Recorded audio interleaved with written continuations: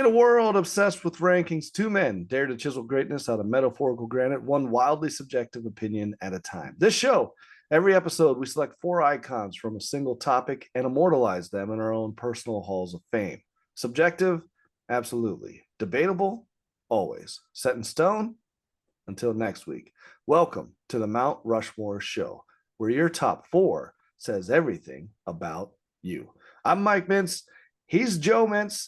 And Joe, we always have topics that we kind of come to, they kind of fall in our laps and everything that goes about it. We're not really sure sometimes from week to week where we're going to end up. Although, even as early as last week, you were pretty certain this is where we were going to go. Yeah, this was one I had in my books for a little while now. It is the perfect time, and I say this often, but it's true this time, this is one of my favorite Mount Rushmores to rank. This is a fun one, and that is because we're talking about none other than the legend himself, the Sandman, Adam Sandler. And the reason is because many of you might know or may have already seen that Happy Gilmore dropped on Friday. That's right. One of the most beloved comedies of the 90s is getting its sequel nearly 30 years later. And Sandler's back as the hockey stick swinging golf hero we grew up all quoting, and also try sometimes mimicking on the golf course if you're lucky. It's nostalgic, surreal, and feels perfectly timed. And honestly, Happy Gilmore isn't just a comedy sequel, it's a reminder to me of Sandler's staying power and cultural footprint. So today, in honor of the new chapter, we're doing the Mount Rushmore of Adam Sandler movies. Exactly. And Adam Sandler, to me personally, like, this is a guy when we had come up with this topic, like, normally I get one or two when it comes to Mount Rushmore shows, and it's like, oh, two of them usually pop into my head right away. And then it's like, I got to find the other two kind of thing. But with Sandler, I've had to really cut down. I've had to, Hard. yeah, I immediately, probably seven or eight popped into my head. I couldn't even believe how fast it happened. And then I didn't have to do a whole lot of research because listen, I lived this, but I went through and I probably had probably 12 movies that I had to cut down from just to get to my four here. So yeah, When you look it's at his filmography, you realize how much he's done. He's worked consistently, putting out what feels like one to two, sometimes three movies a year over the last 30 years. I mean, we talk about other movie stars like Tom Cruise, Brad Pitt in the past. They're not nearly doing the volume that Sandler's done. Not to say that they're all winners, but he's just got so much out there. well, I think that's an interesting point. And you talked about staying power, and it's kind of weird to think about somebody who's, I mean, I know he's had movies before, but Billy Madison is really his big initial starring push. I remember going to the drive-in movie theater in my small town that I grew up in. Driving. The One of drive-in, yeah. those. That's Back, I still don't there? no, I mean, no, it's not. But it's still a memory, and it's funny is like if you would have told me then that 30 years later he would still be making movies. I even think at the time I'd been like, this guy is a one-trick pony, but he's turned into so much more than what he started out as. And obviously, I know him from his 90s comedies. Most of us do. Happy Gilmore, one of those films. But he's also really been able to stretch out his career with quite a bit of range and worked with some of the biggest name directors out there. Yeah, he's had a lot of pivots in his career. He started out like many comedy legends on SNL Mm-hmm. back in the early 90s. Before that was a stand-up comic and made a few TV appearances on shows like The Cosby Show. But he played characters in SNL that became relatively popular later, like Opera Man and Cajun Man. And people started to think of him as a breakout star. But that's kind of in hindsight. He wasn't a big SNL star at the time. Um, and it was his jump to the big screen with Billy Madison and then Happy Gilmore that followed that turned him from sketch comic to really a movie star. He quickly in the 90s became the king of goofy man child comedies with big hits like The Waterboy, Mr. Deeds, Wedding Singer, Big Daddy. Um, but there was a twist in his career. As soon as he thought you had him pegged, he kind of made a change. That's when I think of that. That was a big turning point in 2002. One of my favorite directors is Paul Thomas Anderson, who's coming off of directing Boogie Nights, Magnolia, and something he sees in The Waterboy and Mr. Deeds and Adam Sandler himself that he says, this guy's going to star in my next film. And that's 2002's Punch Drunk Love. It was his first real foray into dramatic acting. And it wasn't by any means a box office smash like some of his other ones. Paul Thomas Anderson's movies don't tend to be that. But it made us rethink what Sandler was capable of as an actor. And then the shift really came full circle many years later with Uncut Gems, Mhm. arguably his most acclaimed performance, proving that beneath those basketball shorts and oversized tees, the guy's got some serious range. And speaking of basketball shorts, let's talk about his image. I mean, he's built a career and a brand on being the most casually dressed man in Hollywood. See those oversized Hawaiian polos and gym shorts and sneakers, even on the red carpet or late night talk shows. But somehow that's the charm of him. He's the anti movie star. He feels approachable, like your cousin who tells great stories at Thanksgiving. I think that's why people love him in his movies. He's real, even when he's absurd. Yeah, no, that's a great rundown here. And I guess well, let's go ahead and let's get started, Joe. Let's go with our first I got movie a little bit picks. more to say Okay. before we get into it because I want to talk about Happy Gilmore too. Oh well, Have you yeah, let's definitely do that. Yeah, for have sure. you I did. seen the movie yet? Yes, I got a chance to see it. I even, we watched it as a family because it felt like a family film. It's got its issues, but it's fun. Yeah. And I found it replayed some of the hits. Like there's a lot of scenes that were kind of replayed, whether it be going back, showing clips from Happy Gilmore, or kind of replaying some of the things that already happened with a new scene. But it also had a lot of new characters. I love the cameos, loved them. Scotty Scheffler, A plus, on top of just coming off the British Open and performances and comedy chops he showed in Happy Gilmore too. He is sky high right now in my book. Um, I thought it was a fun Sandler tone. I love that everything he had, he was drinking booze out of. I thought that was a great touch. A little corny at times, but that's what kind of makes it fun. Easy watch. And the fact that it's on Netflix is no accident. I would say Sandler is Netflix. His deal with the platform has led to huge hits like Murder Mystery, Hustle, you name it. His movies don't need theaters; they're event viewing at home. He helped make that model what it is.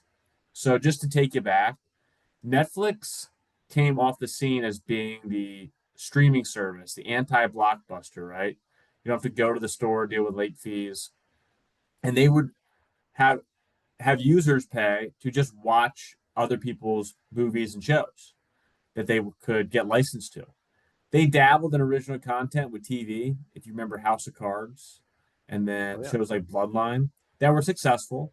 And they made some movies, but they couldn't get movie stars. Sandler at the time was coming off a string of stinkers. Movies like Pixels, um, some That's My Boy, just movies that weren't getting any acclaim and felt like he was kind of giving up in many people's argument and it was coming to an end, that ride. And Netflix took a swing on them.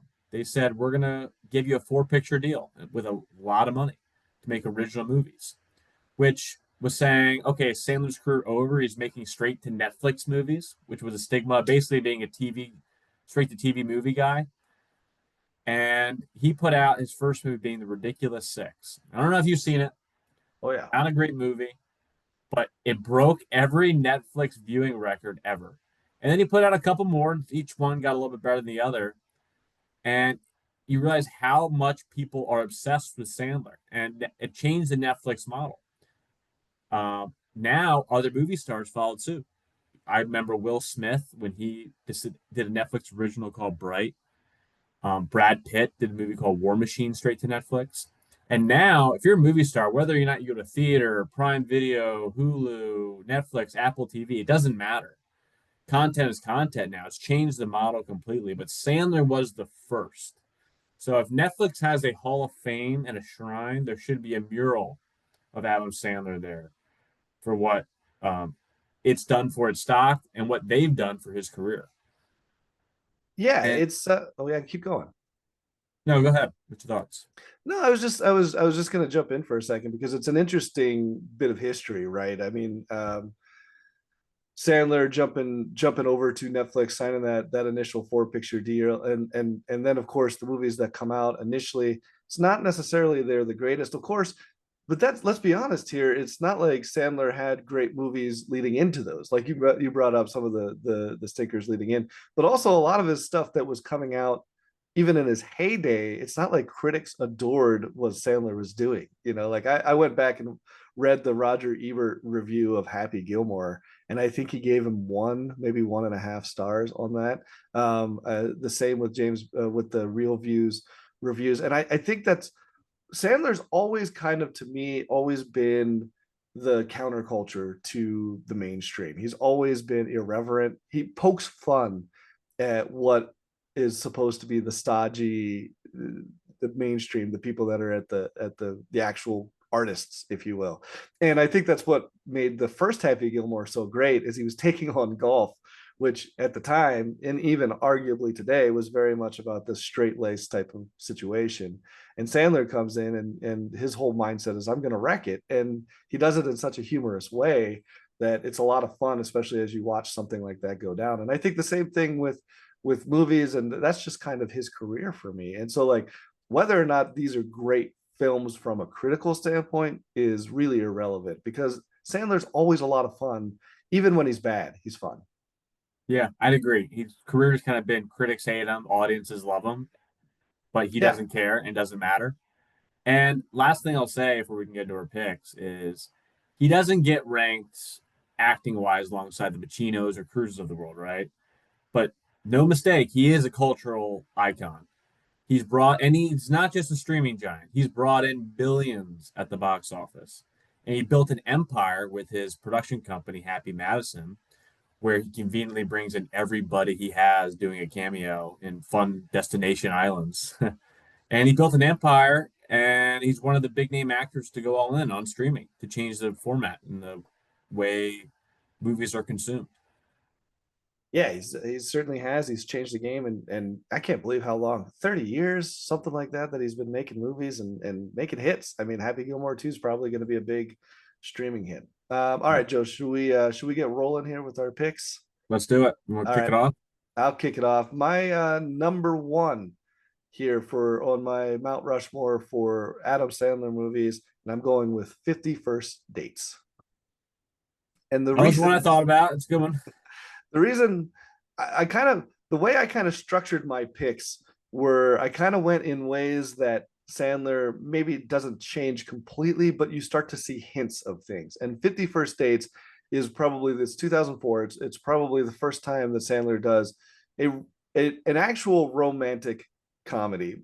He always had romantic moments in other movies to some degree. You could argue none of them made any sense really. Even if you go back and watch the first Happy Gilmore, which I did this last week, his whole relationship with Veronica or Venet, yeah, it's Veronica, Vanessa, I'm not sure. One, it starts with a V. The point is the whole relationship really doesn't make sense. There's no reason she should fall in love with him, but she does from a story standpoint. But 51st Dates is a great movie in the fact that like you can start to understand how the relationship makes sense. And I want to preface this with the concept of the movie. If you haven't seen it, here's the setup. The girl, Drew Barrymore's character, has no ability to form long-term memories. In fact, every morning she wakes up, she has no recollection, excuse me, short-term memories. She has no recollection of the day before or even the previous days leading up to that. She can only form only the long-term memories up to a certain point, and then can no longer form any memories from that point forward. She begins dating this Adam Sandler character through a series of hijinks and meet cutes. But the funny thing is every morning or every day he to resell her on the fact that they are in a relationship and that they are in love. And of course, hijinks ensue. But it's really at its core, while it's a silly premise and certainly questionable on some levels, at its core, it's a really sweet movie, Joe, and where you actually find a Sandler character that's not a complete man child. He certainly is to some degree, but not as complete as he had before. I really felt that this was a change for Adam Sandler in some capacities. Great pick. Super rewatchable. Couldn't tell you how many times I've seen this movie, whether it be in full or in clips. TV cable loves to replay it too, if you still have that. And chemistry with Drew Barrymore throughout his Yeah. career has always been there. Now, you said it's his first real romantic comedy type movie. You don't count The Wedding Singer? Well, okay, that's a good point. The Wedding Singer certainly that's an interesting takedown. The only thing that I would change about that is in The Wedding Singer, I felt like, man, that's a tough one, Joe, because like in The Wedding Singer, I felt like he had so much other things going on in his, and it was more about the singing to some degrees.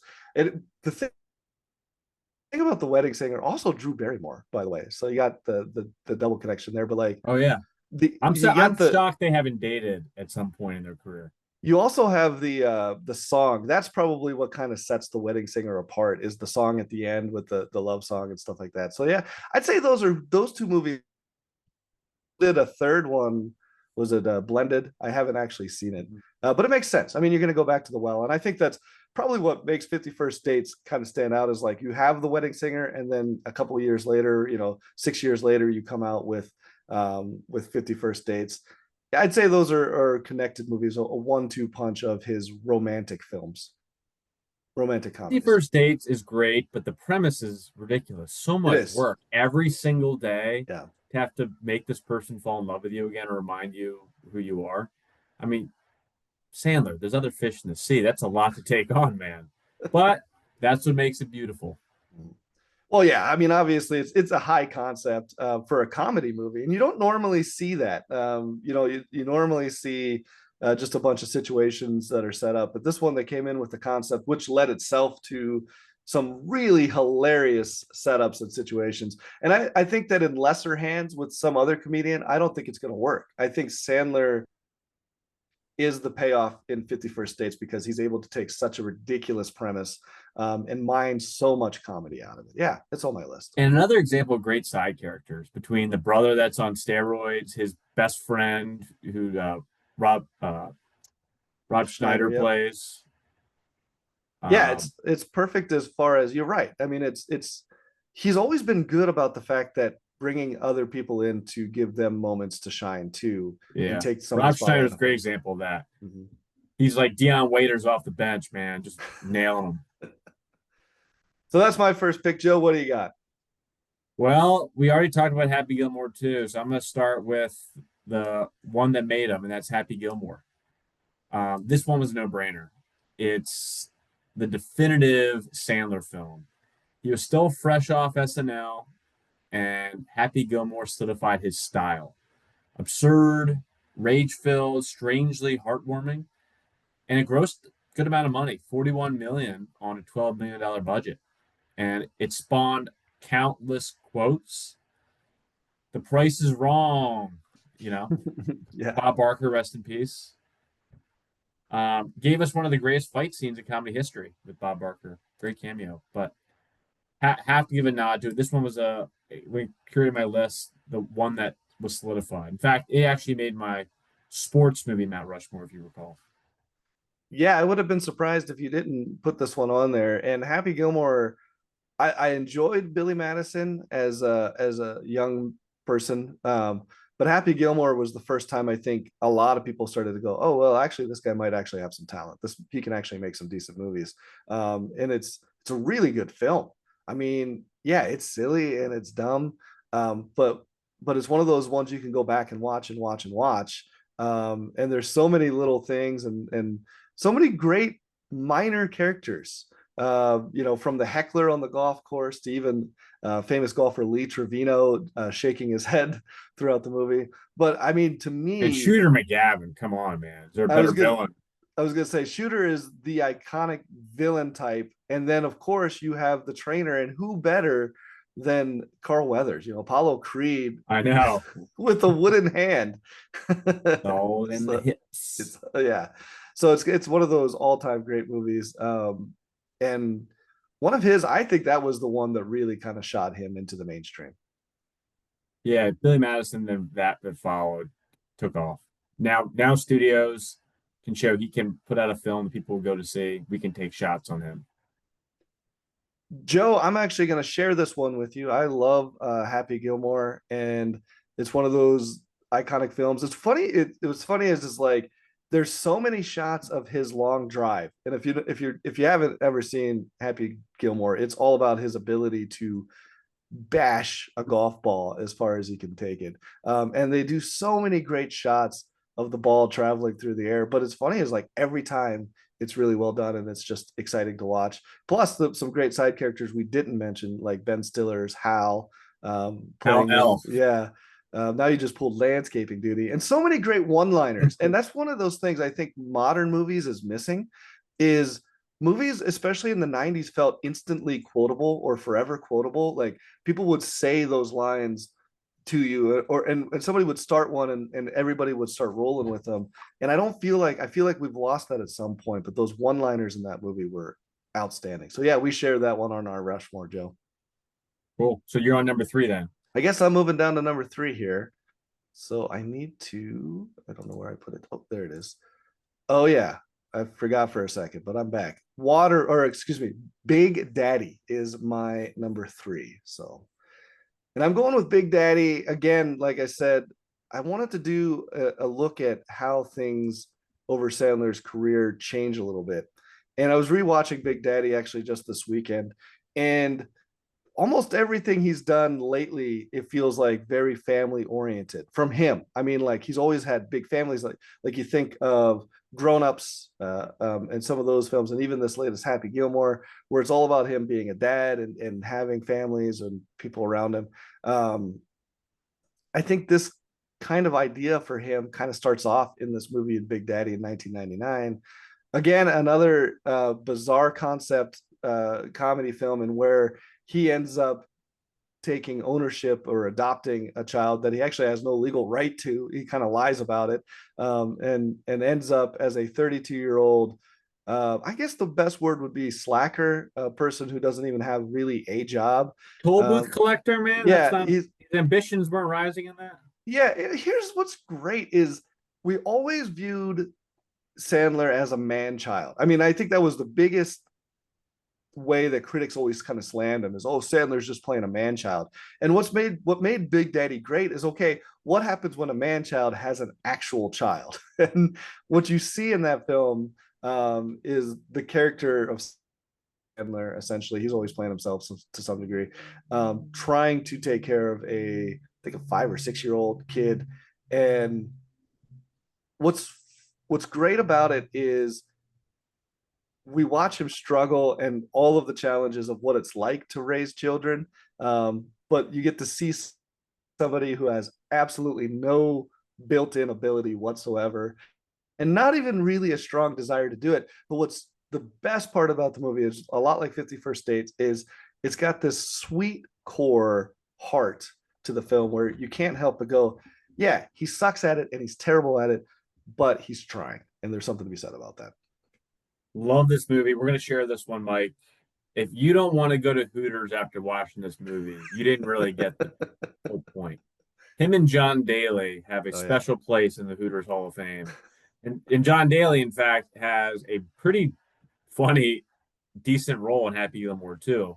Those that haven't seen it, worth the price of admission just for the John Daly scenes alone, dare I say. But I agree with you. Another one that's super rewatchable, and I would argue it's his most emotional early comedy. Playing that lazy slacker, as you said, it gave him a chance to show heart without abandoning the laughs. And it was his highest grossing film for a while and helped cement him as a box office bankable leading man heading into the 2000s. And that little kid, by the way, was played by twins, Dylan Oh, and Cole Sprouse, who have had a pretty decent career on their own, um, a, having done a long-running Disney Channel show, The Sweet Life of Zach and Cody, and now oh, actually do movies, two of them. did not know that. That's interesting. I love the little trivia that you can always find in those things. Yeah, it's I like Mary Kate and Ashley in Full Yeah, yeah, House, like one yeah. character but two people. That's how you get around child working hour laws. Is That's right. Yeah, have them split twins. their time. Get twins. Um, I love Big Daddy, and like I was saying, I think that you can actually draw some straight lines, right, from Big Daddy to even like Happy Gilmore 2 and Grown Ups, where you see the Sandman become kind of a family man, and family becomes Happy Gilmore 2. While we talked about all of the golf cameos and all of the other cameos, there were a lot of Sandlers in that movie, from his wife to quite a few of his kids playing his actual kids in the film. So the Family Man might have got started there in '99 with Big Daddy. All right, Joe, what you got? Next pick. So I've done two now. So you've done three. So I'm I going to have. catch Yep. up here at my third pick. And I'm going to go with The Longest Yard, Oh 2005. yeah. A rare remake that actually works. Sandler took the classic Burt Reynolds prison football film and, in my opinion, gave it a new life. It was a box office hit, made over 190 million worldwide, and it balanced his comedy chops with his love for sports and teamwork. And it had a great cast, between Chris Rock, Nelly, Michael Irvin, Terry Crews. I'm sure there's people I'm forgetting, but it made us think of Sandler as an athlete, like a real quarterback. And he had some darker performances in it too. He showed some range. I love the scene with him and Michael Irvin in the basketball court. Showed not only his athleticism but his humility and how his ability to be so likable by teammates and fans alike. And Sandler insisted on doing many of the football scenes himself. There wasn't a stunt double for number 18 in that movie. Love The Longest Yard. And what's funny is like when it came out, I thought it was great. I was like, this movie is amazing. And I was in the army at the time, and we watched it and we loved it. Everybody that I sat around, I don't know what the critics thought of it, probably ravaged it like most of the stuff, but everybody I ever was with, we all loved this film. And how can you mess it up, man? Football and comedy. It's a remake, but it's one of those remakes that's done with a lot of love. Now, I've gone back and watched the original. I'd seen it as a kid, but watching it back, there's so many scenes that are one to one. I mean, this is a love letter to the original Mean Machines and the original Longest Yard. There's so much stuff where they're not even changing a whole lot. They're just redoing it in a great, fantastic way. So if you love the original, you'll love the remake, in my opinion. Additionally, it's got Burt Reynolds. Reynolds I comes would back. argue it's a sequel more than a Yeah, remake. that's fair. And yeah, Reynolds comes back and actually has some scenes on the football field, and it's just, I mean, it's one of those all time fun watches, especially from a sports movie kind of standpoint. Um, I love I love The Longest Yard. And One like you thing were I gotta saying, say though is Stone Cold Steve Austin, who I always loved as a wrestler as a child, it made me rethink my fandom. He played such a villainous character in that movie. I think that's what makes people good actors. Like I'm not saying Stone Cold's a great actor, but I'm with you in the fact that I disliked him. I disliked his character. And that to me is always like, oh, that guy did a really good job then. It's not that he's a bad actor. He's really good at making you hate him. And I think So, Bill Romanowski had some oh great yeah. comedy chops in that movie. Very on par with real life with the steroid abuse. Oh yeah. Yeah, everybody was able to kind of poke fun at themselves. And of course, Chris Rock doing one of the best jobs there as a side character too. So a little bit of heart in that one. Well, I love Longest Yard. I'm gonna wrap it up. I guess I got my fourth and final. And I'm gonna go a little bit. I always like to throw one out there that's just off anybody else's list and no consensus. And this one is a personal favorite. We talked about his Netflix movies. I'm not picking Ridiculous Six. It's fun, but it's certainly not on my list. It's actually his number two that he did for them called The Do Over. And I Assuming Spade. I like I that movie. really enjoy The Do Over. Adam Sandler's not. He's only dabbled in action comedies a couple of times. Bulletproof was probably the start with him and Damon Wayans, and that movie's bad. It's just not very good. But I felt like The Do Over was a do-over from that film. Instead of him and Damon Wayans, it's him and David Spade. Spade's always a great companion piece to a movie. I love the do-over from. It's got grit. It's actually got really good action.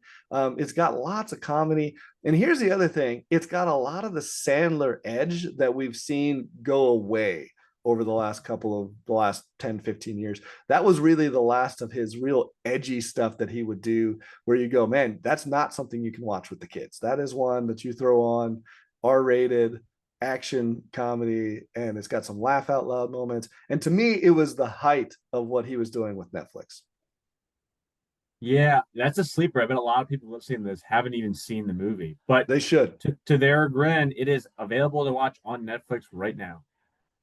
I like the do-over, and I wanted to pick one that meant something to me, that because there's so many. I mean, you could go with Mr. Deeds, or you could go with The Waterboy, or any of these like iconic picks, and they all deserve to be on the list. But this show, Joe, is really about picking what matters to us. And if I'm putting together my Mount Rushmore, I'm going to put the ones up there, even if nobody else likes them. If I like them, that's all that matters.